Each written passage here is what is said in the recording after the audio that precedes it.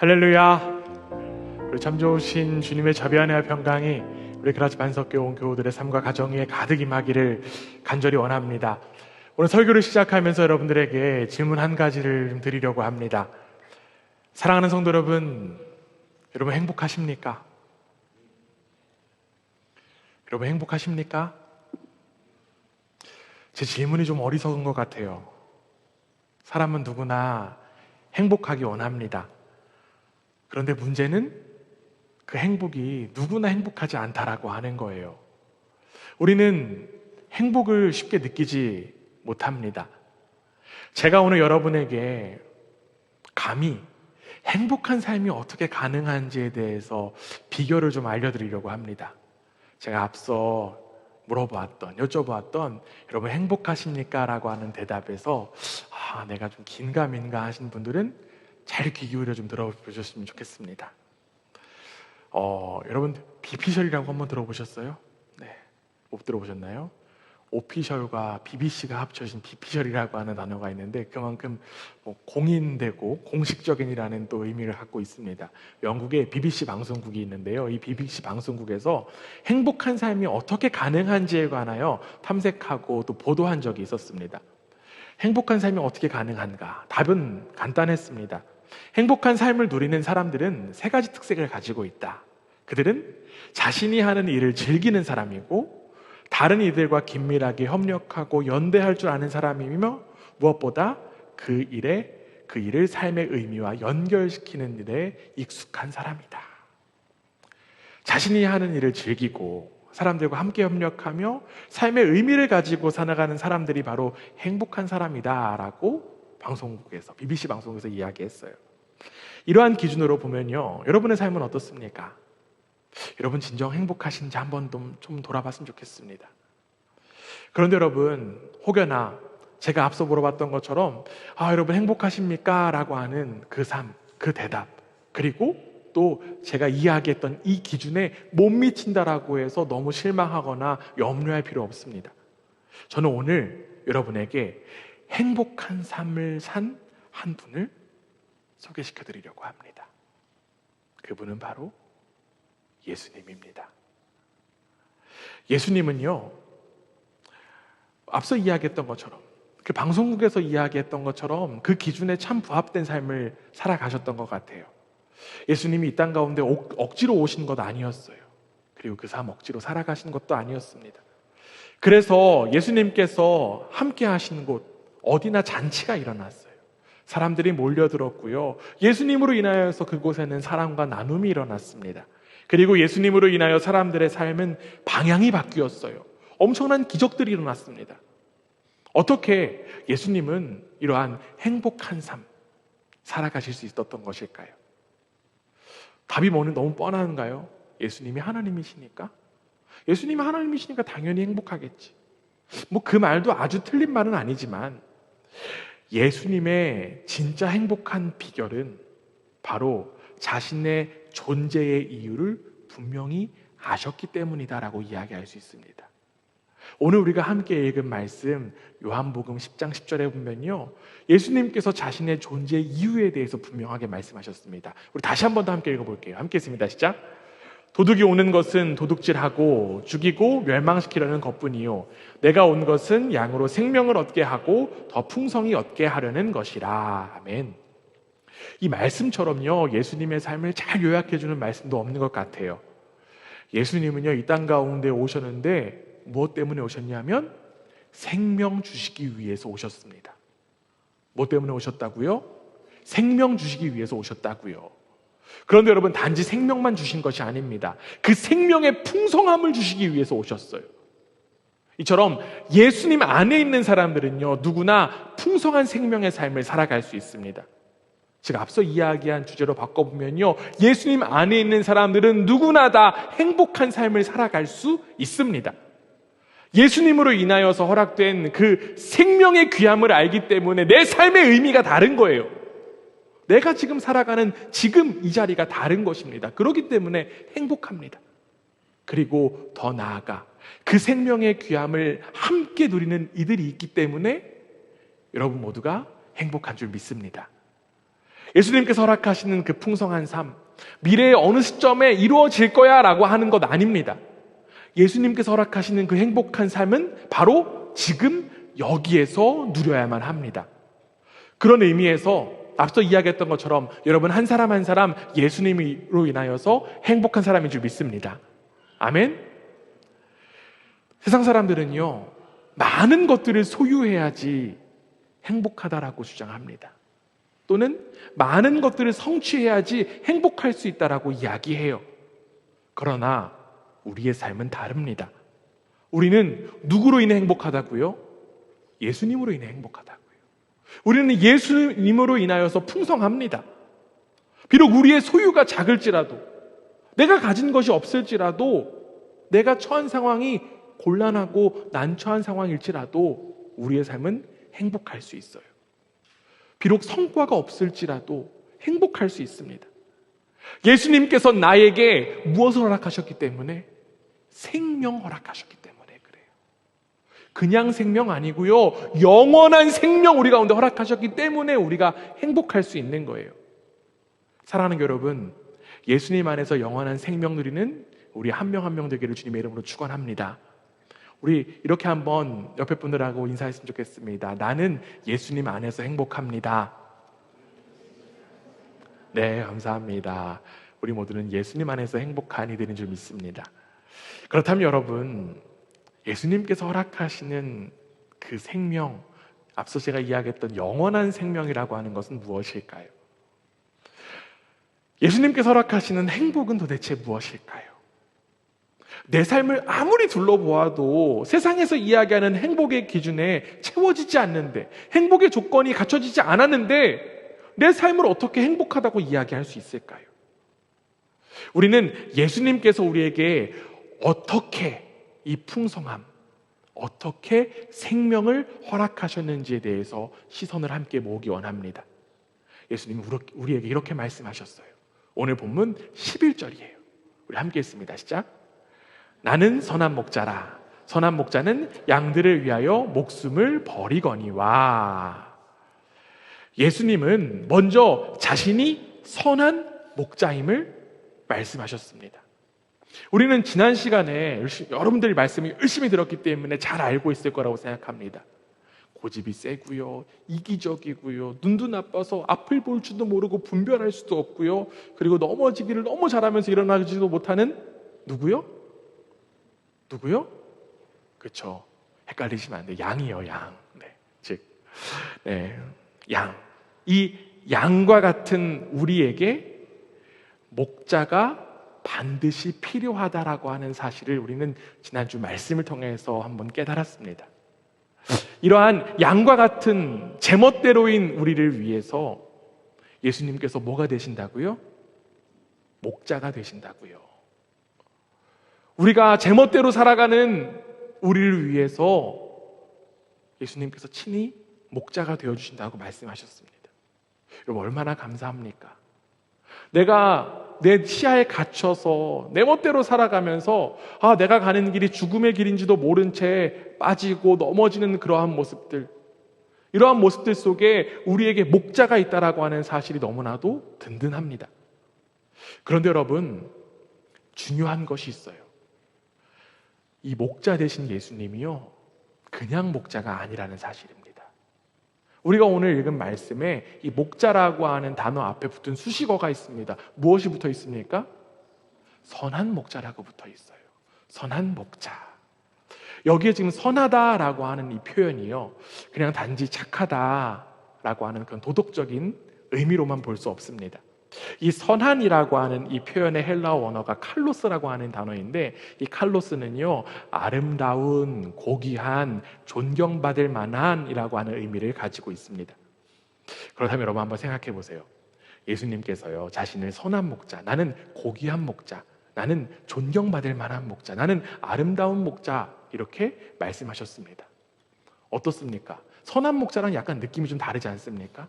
제가 느끼기에는 예수님이 자뻑이 굉장히 심한 것 같아요. 자아도취가 있어갖고 나는 아름다운 목자야, 난 존경받을 목자야, 이런 이야기를 하시는 것 같습니다. 그런데 여러분, 이 예수님의 이야기를 자세히 들여다보면 예수님이 충분히 그러한 말씀을 하실 수 있을 것 같아요. 왜냐하면 우리가 지금 읽은 말씀에서도 확인할 수 있듯이 예수님은 양들을 위해서 무엇을 바치십니까? 자신의 목숨을 바치시는 선한 목자이시기 때문입니다. 일반적으로 목자의 역할은요, 양들을 보호하는 것에 있습니다. 때로는 양을 보호함으로 인하여서 위험이 따르기도 하지만 자기 목숨이 위태로워질 때는 양들을 놓고 피하는 것이 목자의 일반적인 모습이에요. 그리고 그것이 상식적인 태도일 것입니다. 아무리 양이 중요해도, 아무리 양이 귀해도 자기 목숨과 양을 바꾸는 목자는 없을 것입니다. 그런데 자신을 선한 목자라고 말씀하신 예수님, 지금 어떻게 양을 치신다라고 말씀하셨습니까? 양을 위하여 내 목숨을, 자신의 목숨을 버리신다라고 합니다. 단순히 위협을 무릅쓰겠다라고 하신 것이 아닙니다. 목숨을 버리신다라고 했어요. 양들을 살리기 위해서 목숨을 버리신다라고 하는 것입니다. 상식적이지도 않고요, 일반적이지도 않습니다. 예수님은 왜 이렇게 비상식적이고 몰상식적인 목자가 되셔야만 했던 것일까요? 예수님은요, 양들을 살리기 위해 꼭 필요한 것이 자신의 목숨이라고 하는 사실을 너무나도 잘 아셨기 때문입니다. 양들을 살리기 위해서 필요한 게 무엇이라고요? 예수님의 목숨이라고 하는 사실을 예수님이 잘 아셨다라고 하는 거예요. 혹자는 이렇게 생각할 수 있어요. 양도 살고 목자도 살고 하면 제일 좋은 거 아닙니까? 그러나 우리는 이 양들을 살리기 위해서 목자이신 예수님의 목숨이 반드시 필요하다고 하는 사실을 알기 위해서, 이해하기 위해서 구약의 말씀을 한번 살펴볼 필요가 있을 것 같아요. 구약의 제사가 어떠한 식으로 드려졌는지 한번 생각해 볼 필요가 있습니다. 여러분, 구약에는요, 수많은 제사가 나옵니다. 구약의 제사의 목적은 다른 것에 있지 않았어요. 구약의 제사의 목적은 하나님과 화목하는 데 있었습니다.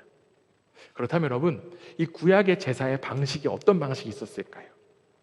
구약의 제사의 방식이 여러 가지도 있었지만 특별히 흠없는 양을 잡아서 그 흠없는 양이 죄인을 대신해서 도살당하고 죄인이 받을 형벌을 양이 대신 담당하게 했습니다. 즉, 그 제물이 죽임을 당하여서 피를 흘리는 것이 이 제사의 가장 큰 기능이었다라고 하는 거예요. 그래서 히브리서 9장 22절에는 이러한 말씀이 있어요. 하반절에 이렇게 되어 있습니다. 피 흘림이 없은즉 사함이 없느니라.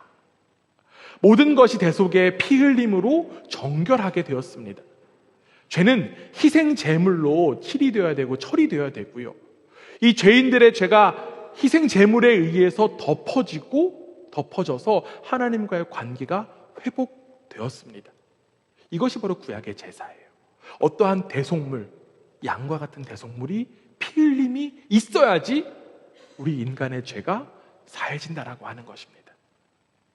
우리의 죄가 사해지기 위해서 반드시 피 흘림이 있어야 된다는 거예요. 죽음이 있어야 된다는 것입니다. 이와 마찬가지입니다. 모든 인간은 죄인입니다. 모든 인간이 죄인이기 때문에 모든 인간은 죽음이라고 하는 결과를 맞이할 수밖에 없습니다. 이 죄에 대한 값을 반드시 치루어야만 해요. 앞서 구약의 제사에서 표현했던 것처럼 피 흘림이 반드시 있어야만 한다는 것입니다. 그런데 하나님은 인간의 피 흘림을 원치 않으셨습니다. 우리 한 사람 한 사람의 죽음을 원치 않으셨어요. 그래서 우리 가운데 대속물인 양을 허락하셨습니다. 그 양이 누구일까요? 요한복음 1장 29절에 이렇게 되어 있습니다. 우리 앞에 화면 보고 함께 읽습니다. 시작. 이튿날 요한이 예수께서 자기에게 나아오심을 보고 이르되 보라, 세상 죄를 지고 가는 하나님의 어린 양이로다. 하나님께서는 세상의 모든 죄를 지고 대신 죽음을 당할 그 어린 양이신 예수 그리스도를 허락하셨습니다. 아무 흠이 없고 죄가 없는 그 예수님의 피 흘림을 통하여서 저와 여러분을 살리신 것입니다. 하나님을 무시하고 하나님을 배신하여서 죽음이 마땅한 저와 여러분을 살리기 위하여서 가장 고귀하고 가장 아름답고 가장 순결하신 예수님이 죽으셔야만 했던 거예요. 예수님은 저와 여러분을 살리기 위해서 목숨을 버리신 것입니다. 오늘 말씀 본문으로 한번 돌아와 볼게요. 오늘 말씀 본문으로 돌아와 보면요, 이 예수님이 양이 되셔서 죽으셨다라고 하는 것, 얼마나 황당한 일입니까? 목자가 양이 된 거예요. 목자가 양을 살리기 위해서 양이 되었다라고 합니다. 저는 목자가 양이 되어서 양을 살린다라고 하는 이 이야기들을 떠올리면 한 이야기가 떠오릅니다. 사회운동가이며 교육자이신 장일순 선생님이 이러한 이야기를 했는데요. 제가 이 이야기를 보면서 우리 김대호 주사님이 한번 읽어주시면 좋겠다라는 생각을 했습니다. 한번 읽어주세요. 친구가 똥물에 빠져 있을 때 우리는 바깥에 선체에 욕을 하거나 비난의 말을 하기 쉽습니다. 대개 다 그렇게 하며 살고 있습니다.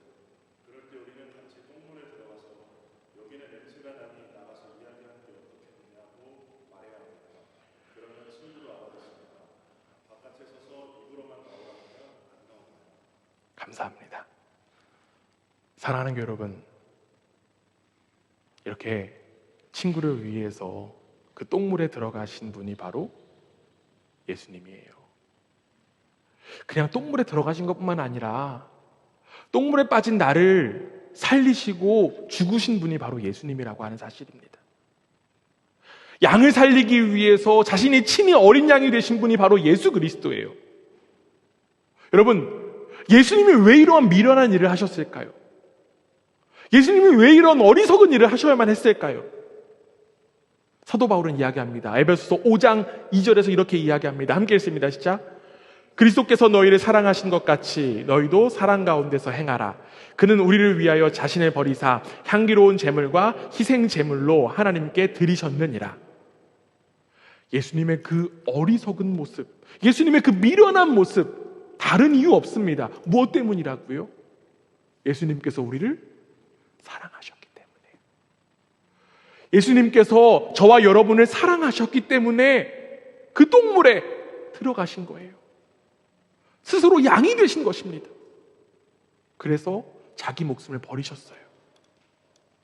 사랑하는 여러분, 저와 여러분이 무엇이기에 예수님이 그렇게까지 하셔야만 했을까요? 우리가 잘한 것 하나도 없습니다. 우리는 단지요, 성질대로, 내 승질대로 살아갔을 뿐입니다. 우리는 내가 잘난 것처럼 잘난 척하며 착각하며 행동했을 뿐입니다. 그러나 주님은 이러한 우리의 모든 모습까지도 다 품으시고 자신의 목숨 버리셨어요. 바로 하나님과 우리의 관계를 위해서 그렇습니다. 하나님과 우리의 관계 회복을 위하여서 예수님께서 친히 자신의 목숨을 버리셨다라고 하는 거예요. 가장 근원의 관계, 가장 중요한 관계인 창조주와 우리의 관계를 회복시키기 위하여서 자신이 친히 제물이 되신 것입니다. 그렇기 때문에 우리에게 허락된 이 생명, 바로 영원한 생명이 되는 거예요. 예수님이 친히 자신의 목숨을 버리셨기 때문에 우리에게는 하나님으로 인한, 예수 그리스도로 인한 그 풍성함이 허락된 것입니다. 그렇다면 여러분, 이 풍성함이 허락되었어요. 그렇다면 우리에게 필요한 자세는 무엇일까요? 우리가 너무나도 잘 아는 말씀, 요한복음 3장 16절 말씀이 있습니다. 자, 여러분, 오늘 피 얘기를 하니까 입에서 지금 피 맛이 나거든요. 혀를 깨문 것 같아요. 여러분들이 대신 한번 한 목소리 읽어주시면 감사하겠습니다. 함께 했습니다. 시작.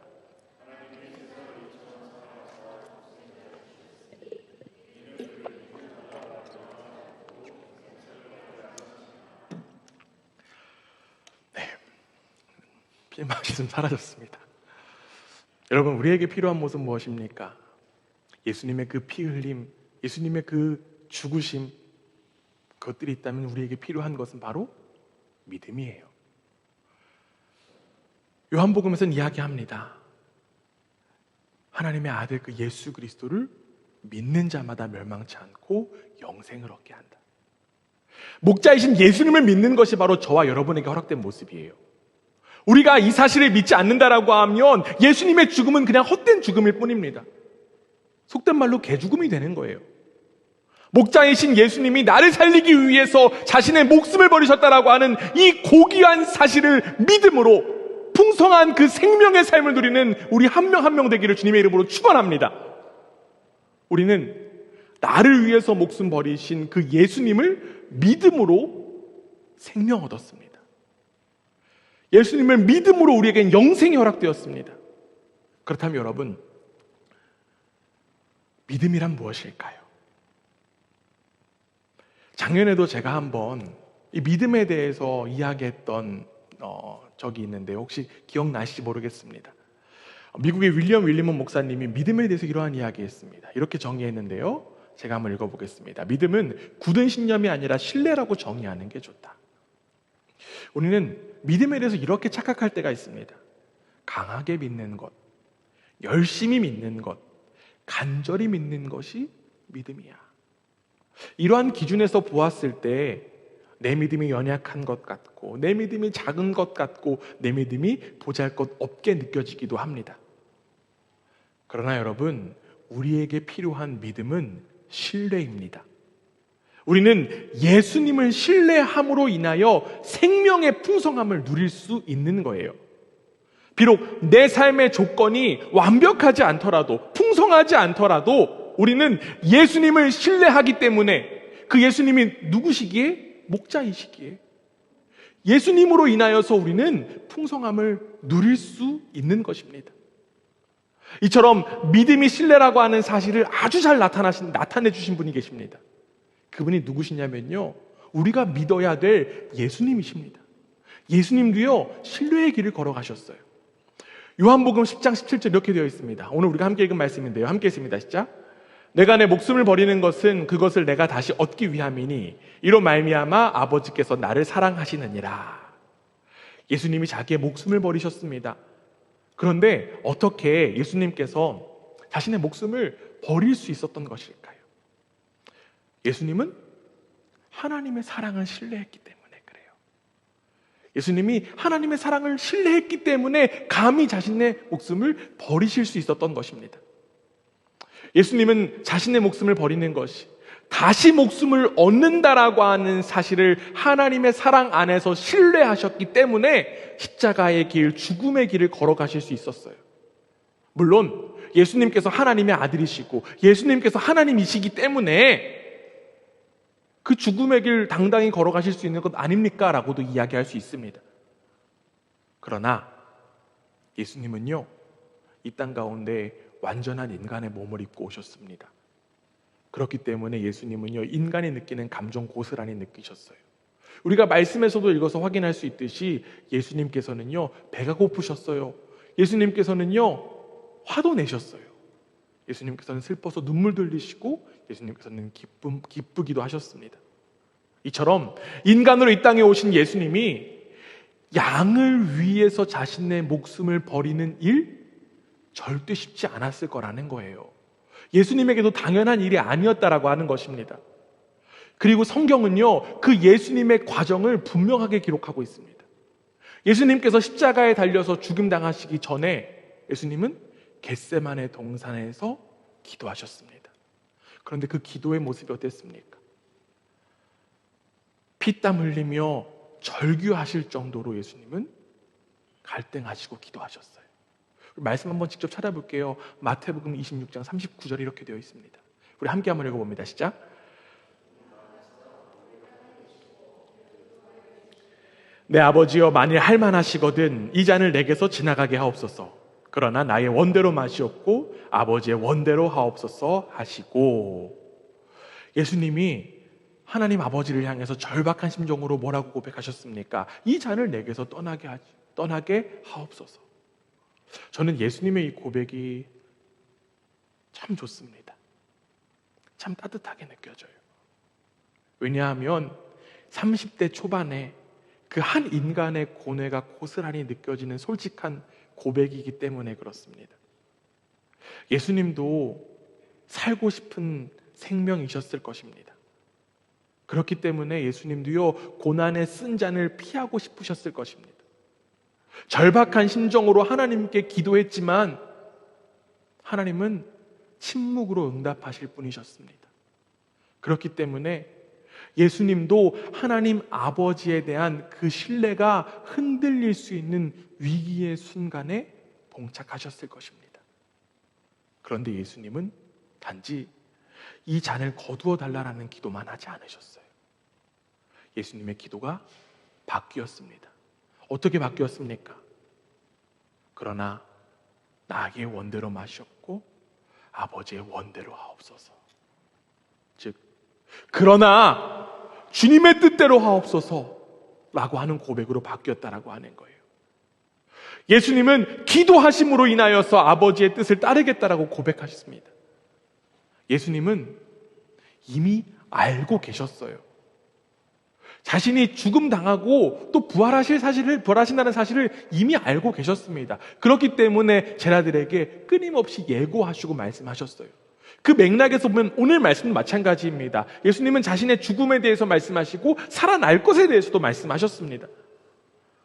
그러나 예수님에게서도요, 아는 것만큼 믿는 일 쉽지 않으셨던 것입니다. 이 고난과 죽음의 길이 한 인간 예수님에게도 힘들고 어려운 길이었기 때문에 예수님에게도 정말 쉽지 않았다라고 하는 거예요. 그러나 예수님은 하나님의 사랑을 깊이 신뢰하며 자신의 운명을 하나님께 맡겼습니다. 하나님의 사랑이 분명하게 있다라고 하는 사실을 신뢰함으로 인하여서 자신의 목숨을 스스로 버리신 거예요. 그리고 우리가 잘 아는 대로 예수님은 그 말씀대로 사흘 만에 부활하셨습니다. 마찬가지예요. 우리도 예수님을 믿음으로 생명이 허락된 이들이기 때문에 우리도 예수님처럼 하나님 신뢰할 수 있어야만 합니다. 그리고 예수님처럼 우리도 나의 목숨 버릴 수 있어야만 해요. 왜냐하면 예수님께서 우리 가운데 이렇게 말씀하셨기 때문입니다. 마태복음 10장 39절 이렇게 되어 있어요. 자기 목숨을 얻는 자는 잃을 것이요 나를 위하여 자기 목숨을 잃는 자는 얻으리라. 우리에게도 필요한 것은 목자이신 예수님처럼 주님을 신뢰하는 것입니다. 주님을 신뢰하기 때문에 우리도 주님처럼 목숨 버릴 수 있습니다. 죽음 뒤에 생명이 있다라고 하는 사실을 우리는 믿기 때문에 우리도 예수님처럼 주님을 위해 목숨 버릴 수 있다라고 하는 거예요. 여러분, 믿음은요, 생각과 관념에서 그치는 것 아닙니다. 믿음은 반드시 행함이 동반돼요. 그렇기 때문에 완전한 믿음이란 다시 목숨을 얻기 위해 목숨을 버리기를 실행하는 것입니다. 그러나 여러분, 우리가 살아가는 세상 어떻습니까? 자신의 목숨 버리는 것 어리석다라고 이야기합니다. 혹시나 여기 계신 분들 가운데에서도 내 목숨 버리는 것 참 미련한 일이에요, 어리석은 일이에요 라고 생각하시는 분들이 있을지도 모르겠습니다. 그런데 예수님은요, 이러한 사람들을 향하여서 어떠한 말씀하셨을까요? 오늘 본문으로 돌아와서 요한복음 10장 12절 이렇게 되어 있습니다. 함께 읽습니다. 시작. 삭구는 목자가 아니요 양도 제 양이 아니라 이리가 오는 것을 보면 양을 버리고 달아나나니 이리가 양을 물어가고 또 해치느니라. 예수님이 지금 뭐라고 말씀하셨냐면 삭군이라고 말씀하셨습니다. 뭐라고요? 삭군이라고요. 삭군. 여러분, 삭군도요 목자입니다. 삭군에게도 양들이 있어요. 그들은 위험이 없을 때 자신이 맡은 일에 충실을 다합니다. 그러나 그들의 목적은 양이 아닙니다. 이 삭군의 목적은 삭에 있어요. 이 삭이라고 하는 것은요, 대가로 주는 돈이나 물건들을 의미합니다. 결국 이 삭군의 목적은 이익에 있는 거예요. 그러다 보니까 이 이리를 보고 양들을 두고 달아납니다. 자기 안전을 우선으로 생각하기 때문에 양들이 어떻게 되는지는 전혀 상관하지도 않는 거예요. 물론 이 말씀은요, 예수님 당시에 위대 지도자들을 향한 예수님의 충고였습니다. 그들의 우선순위는 양이 아니라 돈과 권력이었기 때문에 그래요. 그들은 양들을 이익이라고 하는 기준으로 차별하여 대했습니다. 모든 것이 자신의 이익에 따라 행동했어요. 다른 사람의 생명, 생명에 대한 관심은 전혀 없었습니다. 자신의 죽음의 길을 가는지도 모른 채 그들은 이익만을 추구하며 살았어요. 그런데 여러분, 너무나도 안타까운 사실이 있어요. 이 사꾼 목자가, 이 사꾼들이 지금도 여전히 있다라고 하는 사실입니다. 왜냐하면 우리가 살아가는 삶의 방식이 그래요. 우리도요, 이익을 따라 쫓아갑니다. 이익만 쫓아가요. 손해보는 삶 원치 않아 합니다. 조금이라도 손해보면 어떻습니까? 이 사람과 나 사이에서 내가 조금 손해보면 어떠한 마음 드니, 어떠한 이야기도 합니까? 손절해야 된다는 이야기예요. 그것이 이 삶에서의 법칙이다라고 이야기합니다. 다른 사람의 삶에는 당연히 관심이 없어요. 나만 잘 되면 돼! 라고 하는 이러한 생각만 가득합니다. 나만 행복하면 돼! 라고 하는 이 생각 속에서 다른 사람의 것을 뺏고 이기려고만 합니다. 그런데 여러분, 그 삶이 과연 행복할까요? 그 삶이 과연 생명의 삶일까요? 우리는 이러한 세상 속에서 겟세마네 동산의 예수님의 그러나를 기억할 수 있어야만 합니다. 나의 생명의 풍성함을 위해 자신의 목숨을 버리신 그 예수님의 발걸음을 바라보아야만 합니다. 그리고 이제는 하나님을 신뢰함으로 죽음의 길을 걸어가신 그 예수님을 따라 걷는 우리 모두가 되기를 간절히 원합니다. 이 목자이신 주님을 신뢰하는 그리스도인이라면 우리는 지금부터 다시 목숨을 얻기 위해 목숨 버리기를 주저하지 말아야 합니다. 머지않아 썩어져 갈 이 육체의 생명을 영원한 생명을 누리기 위한 발판으로 쓸 줄 알아야 돼요. 무엇이 더욱더 중요한지를 우리는 알아야만 합니다. 즉, 세상의 소유에 집착하면서 소유와 이익의 노예가 되어서는 안 된다라고 하는 사실입니다. 나의 모든 소유를 영원한 생명, 영원한 진리를 위한 도구로 활용해야 마땅합니다. 여러분에게 허락된 그 모든 것들, 영원한 생명을 위해서 쓰임받아야 되는 거예요. 이것이 바로 목숨을 얻기 위하여서 목숨을 버리는 일이고 하나님을 신뢰하는 자의 발걸음인 줄 믿습니다. 사랑하는 여러분, 이 양들을 위해 아들을 내어주신 그 하나님의 사랑이 복음인 줄 믿습니다. 이 양들을 위해 스스로 제물이 되어 목숨을 버리신 그 목자의 사랑이 복음인 줄 믿습니다. 이제 이 복음을 통해서 생명을 풍성함을 누리는 이들에게는 복음에 합당한 삶이 허락되었어요. 이 복음에 합당한 삶이 무엇입니까? 이 영원한 생명에 합당한 삶이 무엇입니까? 우리가 주중에 함께 열심히 썼던 로마서 12장 1절에서 2절에 이렇게 담겨 있습니다. 함께 한번 읽어보겠습니다. 함께 했습니다. 시작. 그러므로 형제들아, 내가 하나님의 모든 자비하심으로 너희를 권하노니 너희 몸을 하나님이 기뻐하시는 거룩한 산 제물로 드리라. 이는 너희가 드릴 영적 예배니라. 너희는 이 세대를 본받지 말고 오직 마음을 새롭게 함으로 변화를 받아 하나님의 선하시고 기뻐하시고 온전하신 뜻이 무엇인지 분별하도록 하라. 아멘. 복음에 합당한 삶, 즉 영원한 생명의 삶은 우리가 목자의 제물로 드려지는 것입니다. 하나님께서 받으실 만한 그 제물의 조건 무엇입니까? 2절에 나와 있어요. 이 세대를 본받지 말고 하나님의 뜻을 따라 사는 삶입니다. 사도 바울은 이렇게 나를 주께 드리는 것으로 영적 예배다라고까지 표현했습니다.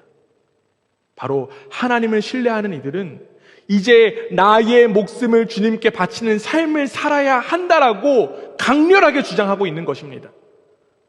이 세대의 가치에 동화되지 말고, 그러나 이 세대의 가치에 저항하면서 내 목숨을 제물로 드리는 이들에게 영원한 생명이 허락될 줄 믿습니다. 특별히 내일부터 고난주간이 시작돼요.